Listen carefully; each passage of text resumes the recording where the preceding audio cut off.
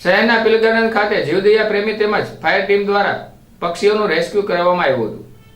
ભાવનગર શહેરના પીલ ગાર્ડન ખાતે જીવદયા પ્રેમીઓ અને ફાયર ટીમ દ્વારા પક્ષીઓનું રેસ્ક્યુ કરવામાં આવ્યું હતું, જેમાં એક પક્ષીઓનો જીવ બચાવવામાં સફળતા મળી હતી। શહેરના પીલ ગાર્ડનના 3 જેટલા પક્ષીઓ પતંગની દોરીમાં ફસાયા હોવાનું સ્થાનિક લોકો દ્વારા જીવદયા પ્રેમીઓને માહિતી આપી હતી, જેની જાણ થતાં પ્રેરણા ફાઉન્ડેશનની જીવદયા હોસ્પિટલની ટીમ ઘટના સ્થળે પહોંચી હતી।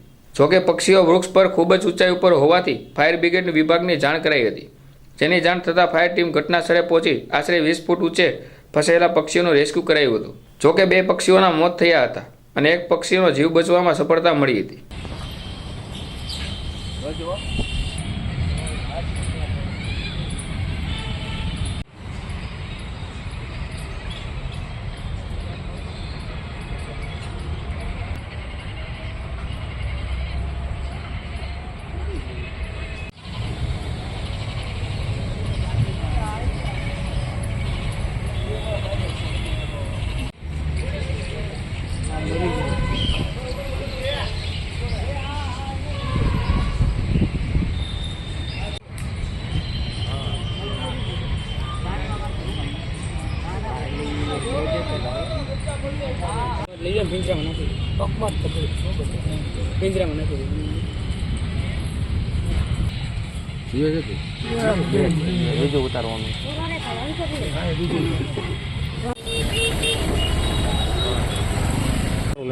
ડીકે પરમાર, પ્રેરણા ફાઉન્ડેશન, જીવદયા અગિયાળી હોસ્પિટલ।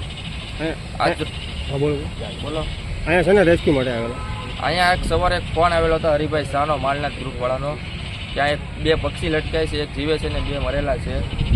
તો અમે અહીંયા સ્થળ પર પહોંચતા જોયું તો ઘણી જે હાઇટ ઉપર હતો, એટલે ફાયર બ્રિગેડને જાણ કરી, એટલે ફાયર બ્રિગેડનો સ્ટાફ ઘટના સ્થળે તાત્કાલિક આવી ગયેલ અને બંને પક્ષીનો રેસ્ક્યુ કરેલ, જેમાં 2 પક્ષી મૃત હાલતમાં મળેલ છે, જે દોરીમાં ફસાયેલ છે, અને એક પક્ષી જે જીવતું હતું એમને પણ બચાવેલ અને સારવાર આપેલ।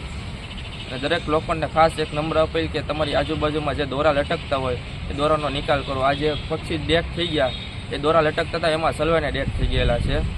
બને ત્યાં સુધી આજુબાજુમાં દોરી હોય એનો નાશ કરવો।